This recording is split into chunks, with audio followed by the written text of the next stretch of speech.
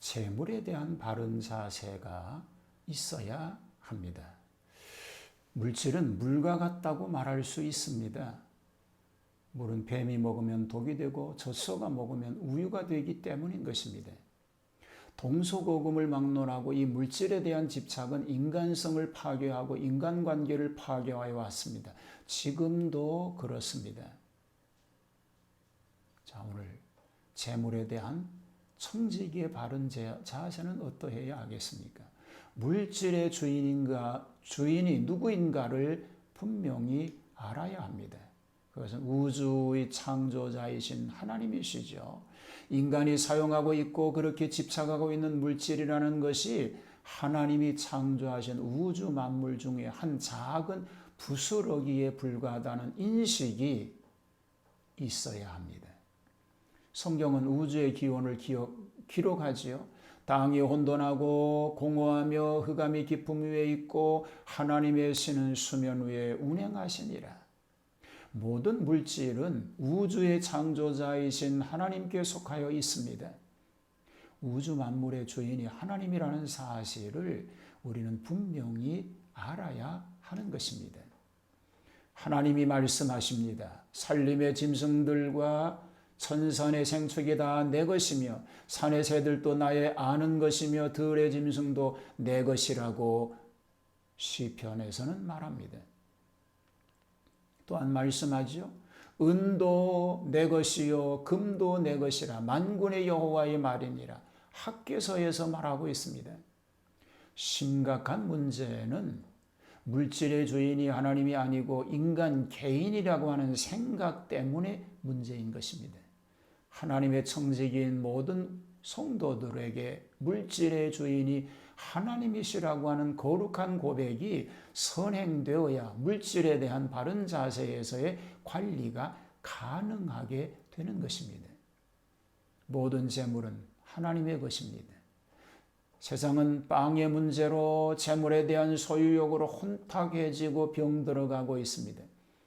이처럼 세상은 내 것, 내 자식, 우리 것이라는 소유욕으로 날로 강폭하여 가고 있습니다. 그런데 하나님은 모든 것이 나의 것이라고 말씀하는 것을 기억해야 하는 것입니다. 물질에 대한 바른 자세가 필요합니다. 의지하지 말아야 합니다. 믿음의 사람들까지도 물질을 의지하며 인생의 위로를 삼고 자랑으로 삼으려는 이들이 있습니다. 그러나 물질을 의지하는 인생은 의인의 책망을 받게 됩니다. 시편에서는 이렇게 얘기합니다. 이 사람은 하나님을 자기 힘으로 삼지 아니하고 오직 자기 재물의 풍부함을 의지하며 자기의 악으로 스스로 든든하게 하던 자라 하리로다라고 말합니다. 오직 인생이 의지할 대상은 예수 그리스도를 구세주로 보내주신 거룩하신 하나님 여호와 한 분밖에 없는 줄 믿습니다. 재물의 마음을 뺏겨서는 안 됩니다. 재물에만 관심이 있었던 탕자는 실패한 것처럼 인생이 재물의 마음을 뺏기면 인생은 실패하고 말 것입니다. 시편 기자는 62편 10절에 포악을 의지하지 말며 탈취한 것으로 허망하여지지 말며 재물이 늘어도 거기에 마음을 두지 말지니라 라고 말하고 있습니다.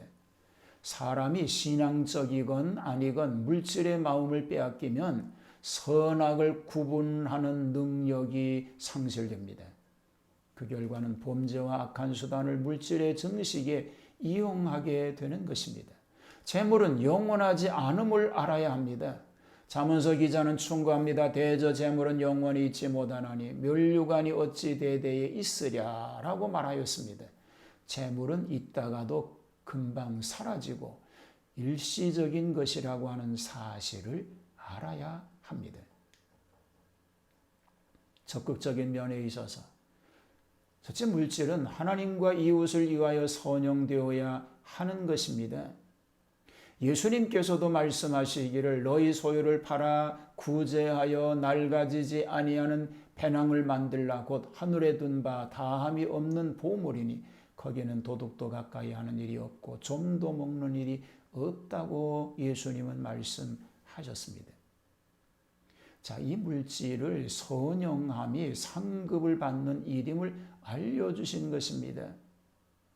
실제로 사도행전 10장에 등장하는 고넬료라는 사람은 그가 경건하여 온 집으로 더불어 하나님을 경외하며 백성을 많이 구제하고 하나님께 항상 기도하였다라고 말하고 있습니다.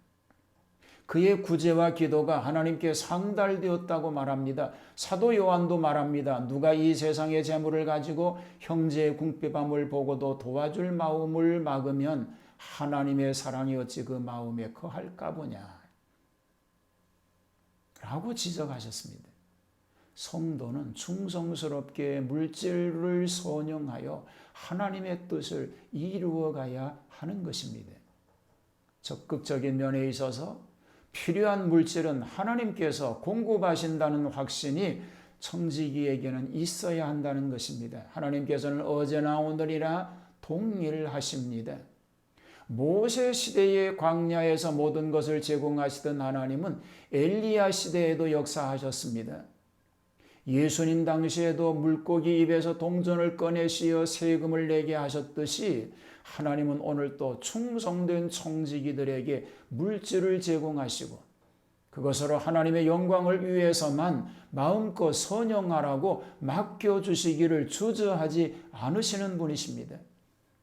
그렇게 청지기들은 물질을 위해서도 기도하여야 하는 것입니다.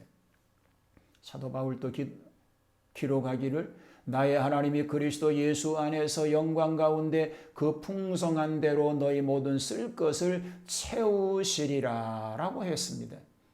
그러나 모든 성도가 물질에 집착하여서는 안 됩니다. 왜냐하면 물질에는 만족이 없기 때문입니다. 뿐만 아니라 돈을 사랑함이 일만하게 뿌리가 되기 때문에 그렇습니다. 재물 사용에 대한 바른 자세입니다. 어떤 형편에서든지 내가 자족하기를 배웠다고 바울은 말합니다. 자신이 공경 가운데 처할 것은 분명한 사실이었지만 이 어려움으로부터 벗어나는 것이 자신의 주된 관심은 아니었습니다. 재물이나 물질의 문제를 정복하고 초월하여 지배하고 있음을 가르쳐주고 있는 말입니다. 물질에 대한 정복은 자족하는 삶에서만이 가능합니다.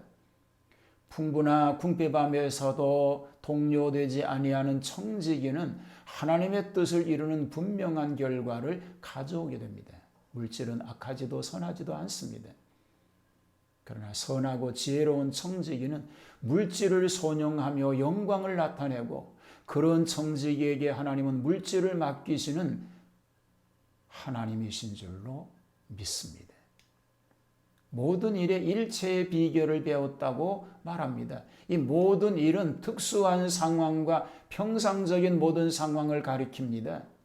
바울은 모든 상황 가운데서 살아계셔서 역사하시는 그리스도의 능력을 의지함으로써 복음 사역에 매진하였습니다. 여기에 비결을 배웠노니 이 말은 비밀을 전수받다 이런 의미가 있습니다. 바울은 그의 생활 가운데서 예수 그리스도를 의지함으로 자족할 줄 알게 된 것을 하나님이 그에게 비밀로 가르쳐 주신 것이라고 말하고 있는 것입니다. 재물에 대한 욕심을 버릴 수 있어야 합니다. 예수 그리스도를 섬기는 사람들은 육체와 함께 그 정과 욕심을 십자가에 못 박았다고 성경은 말하고 있습니다. 그러므로 아직도 재물에 대한 욕심을 버리지 못한 사람은 스스로 성도라고 할 수는 없습니다. 재물에 대한 욕망을 부리지 못하고 밤낮 어떻게 하면 보다 더 많은 재물을 모을 수 있을까 궁리하면서 스스로 그리스도인이라고 말하는 것은 예수님에 대한 모욕일 수밖에 없다는 것입니다. 하나님의 청지기 된 자의 삶의 자세는 먼저 이처럼 재물에 대한 욕심을 버리고 자기 자신과 가족이 먹고 마시고 입을 만큼만 소유하고 남은 모든 것은 하나님께 드릴 수 있고 이웃과 나눌 수 있다면 바람직한 청지기라고 말할 수 있습니다. 욕심이 잉태하면 안 됩니다. 죄가 됩니다. 결국은 사망에까지 이를 수밖에 없게 되는 것입니다.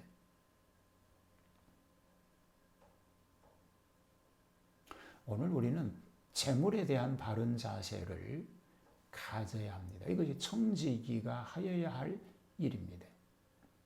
현재적 생활이 좀 어렵고 힘들어도 하나님이 넉넉히 우리에게 필요를 따라 넘치는 은혜를 내려주실 것을 믿고 그 믿음으로 청지기직을 잘 감당할 수 있게 되기를 주님의 이름으로 축복합니다.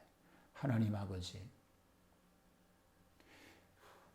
물질 일로 인해서 우리가 하나님 앞에 물질을 놓지 않게 하시고 하나님을 우선하고 그 믿음으로 살아가게 하시고 우리에게 베풀어 주시는 은혜를 감사함으로 받고 하나님 영광을 위해서 쓰여지는 그런 삶이 되게 하여 주시옵소서. 예수님 이름으로 기도하옵나이다. 아멘.